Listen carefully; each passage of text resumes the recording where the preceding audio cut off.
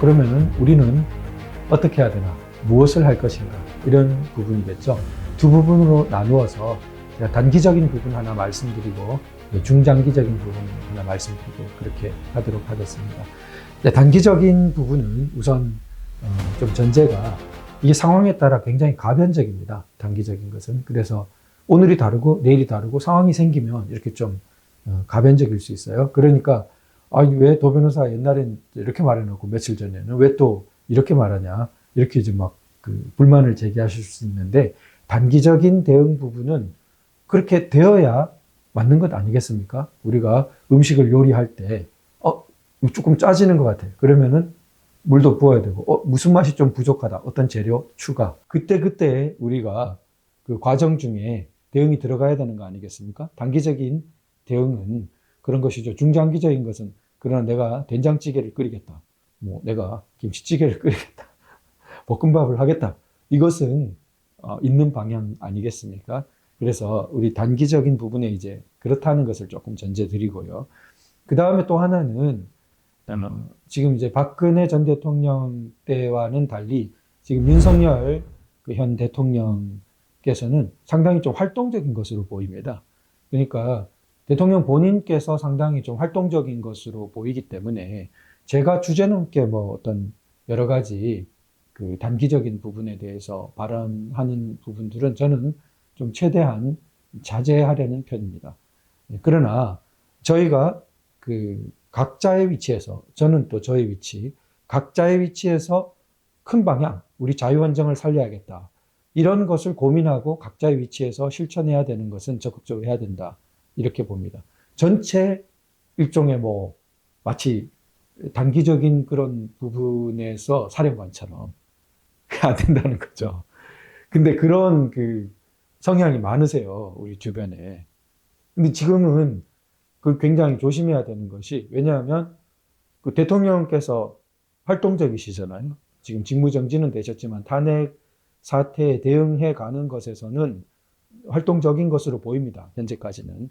근데 그러면은 그런 부분에서 만약에 뭐 그 말씀도 좀 어울리지 않는 말이긴 하지만 여기도 사령관 있고 저기도 사령관 있고 막 사령관을 자처하는 분들 막 수십 명 수백 명 나오고 굉장히 이거 안 맞죠. 그래서 그런 부분들은 아니고 그러나 각자 자기 영역에서는 그럴 수도 있어요. 각자 자기 영역에서 어떤 단체를 이끌고 있고 그 단체를 이끄는 방향은 또 제시해야 되지 않습니까?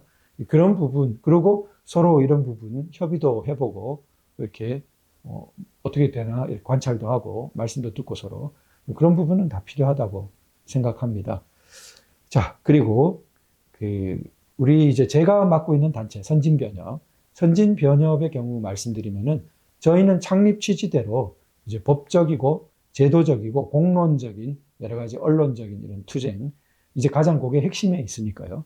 그런 부분을 중심으로 그러나 집회를 배제하지는 않습니다. 그래서 적당한 어떤 우리 그 형태가 갖춰질 수도 있을 것 같은데요. 여러 가지 그런 부분에서 이 단기적인 여러 국면에서 최선을 다하겠다고 그렇게 말씀드리겠습니다.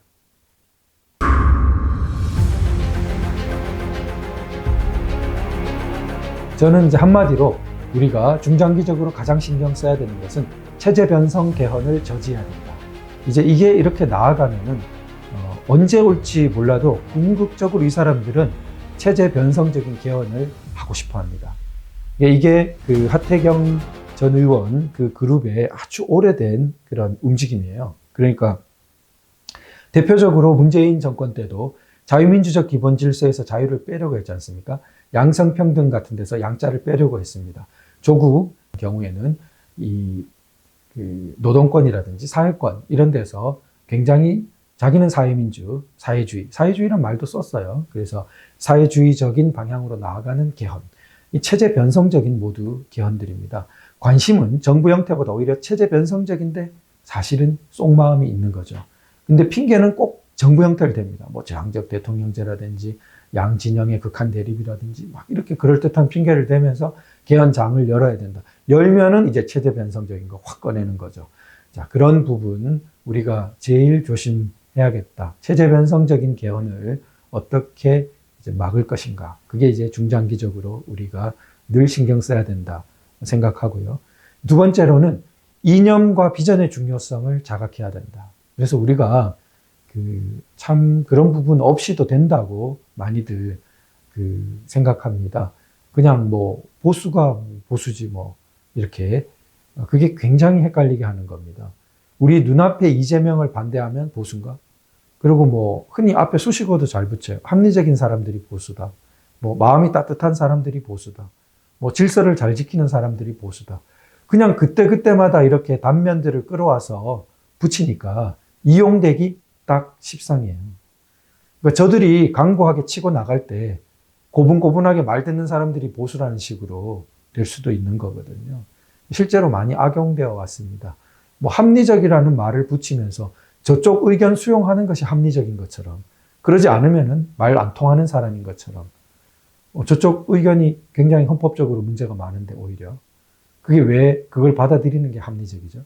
그러니까 이렇게 우리가 넘어가게 되는 것은, 저는 그래서 초보적으로 자유진영 10대 강령이라는 것을 보수 원로로부터 권유를 받고 제안해 보았습니다.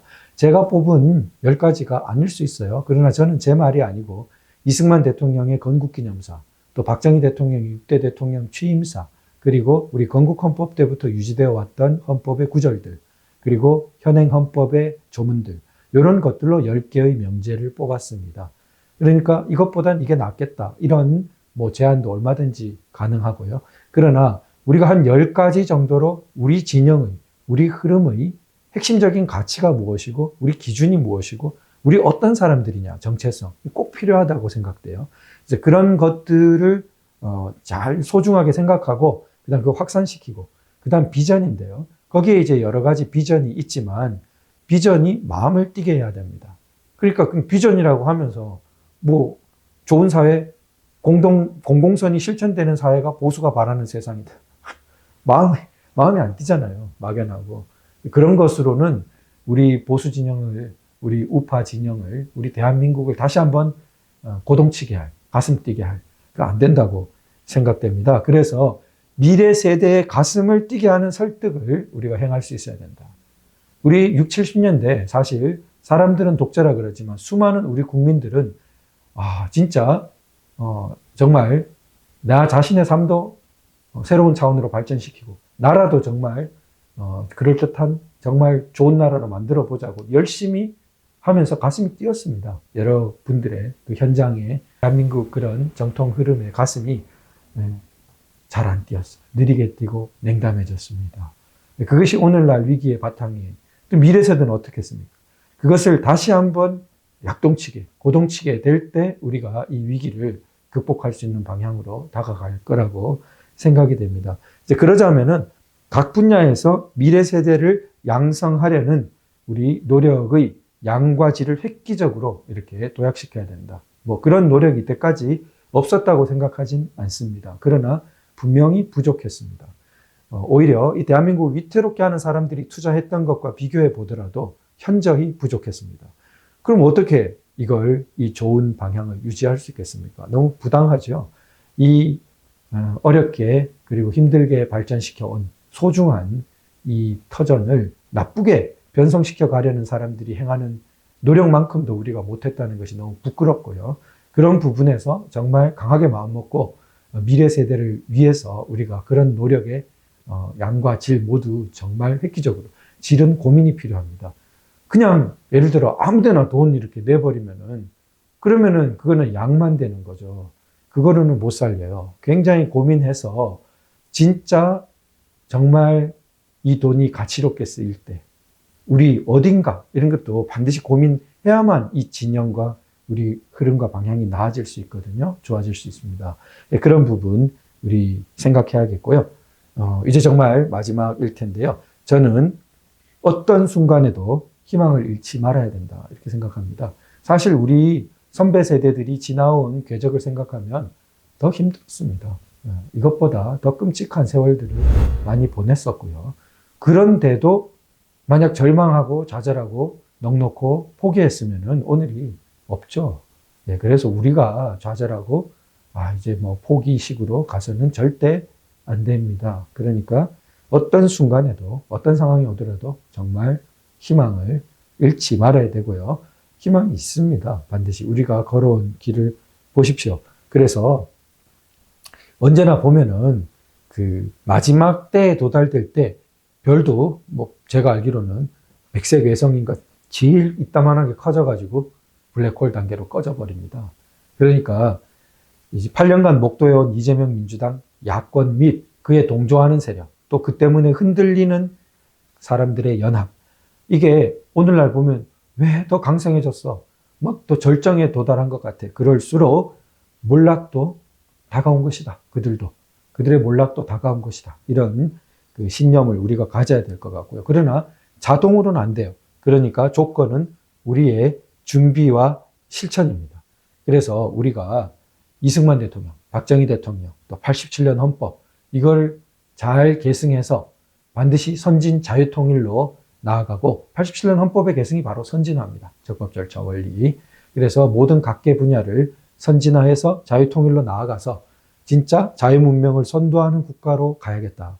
이렇게 이어지는 큰 흐름을 늘 말씀드리지만 거기 시선을 고정시켜야 해요. 거기서 시선을 떼지 말아야 됩니다.